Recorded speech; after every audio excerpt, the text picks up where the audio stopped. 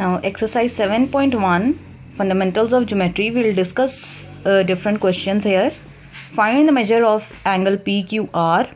In this given geometrical figure, you see that there are two parallel lines QP and RS, and there is a transversal QR that is intersecting it at a point R, where it is making a 90-degree angle, and we call it as the right angle.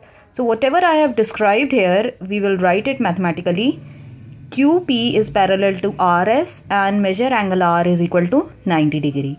So QR is a transversal. Now, as you know that the angles that are on the same side, they are also called as corresponding angles.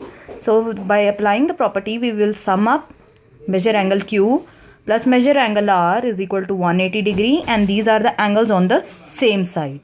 Next, when we say, as it is shown here in the figure, angle R is 90 degree, so you write 90 degree, and now take the sum of it and instead of writing angle R, you write 90 degree. Then measure angle Q is equal to 180 minus 90, so angle Q is equal to 90 degree, therefore measurement angle PQR is 90 degree. Now question number 2 of this exercise is to find out the value of variable x.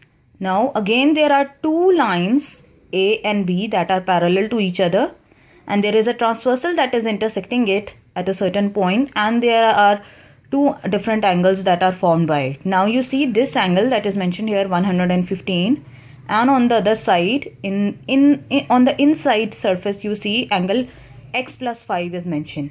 So these are two angles and they are called as interior angles. Now using the property of taking the sum of the two angles, and you know the sum of two given angles is equal to 180 degree. So 115 plus x plus 5 as it is here. So when you take the sum, you get 120, and when you subtract 120, the value of variable x will be 60. Next question number 3, again we will look at the given geometrical figure also, and the question says that if measurement angle 3 is equal to 68 degree and measurement angle 8 is 2x plus 4, what is the value of angle C, and show that with your steps. Now again we will apply the property, and you see that there are two parallel lines. These, can you see here, line L and line M. These are parallel lines and there is a transversal that intersects it, and different angles are being made. As you can see here, they are mentioned with numbering: angle 1, 2, 3 and 4, angle 5, 6, 7 and 8. Now these angles are called vertically opposite angles. These angles are also called vertically opposite angles. So line L is parallel to line M and T is a transversal. Therefore measurement angle 3 is equal to measurement angle 7. Here you see angle 3 is equal to measurement angle 7, and these are corresponding angles. What angles? Corresponding angles, because these are angles on the same side of the transversal.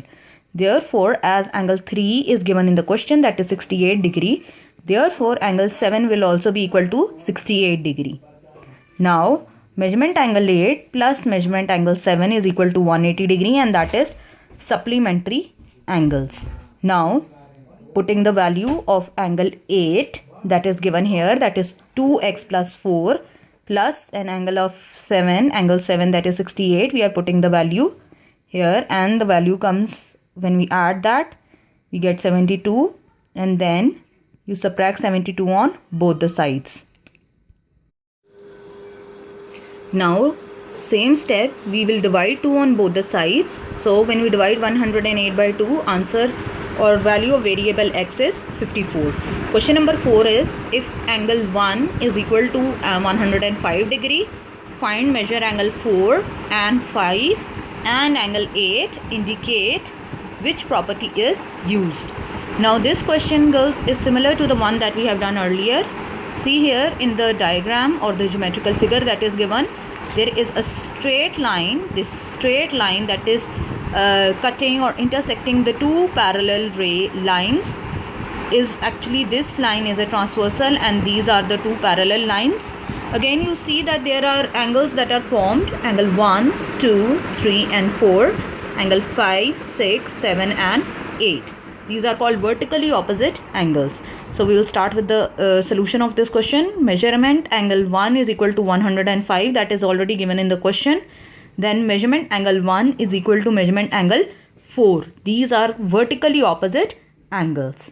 So we are actually telling the property, which property we are using. Then as we said that measurement angle 1 is equal to measurement angle 5. Now angle 1 is equal to angle 5. These angles are on the same side of the transversal. So these are called corresponding angles. What are corresponding angles? The angles that are on the same side of the transversal are called corresponding angles. Therefore, angle 5 will be equal to 105 degree, as in step 1 we have seen angle 1 is equal to 105. Then angle 5 is equal to angle 8.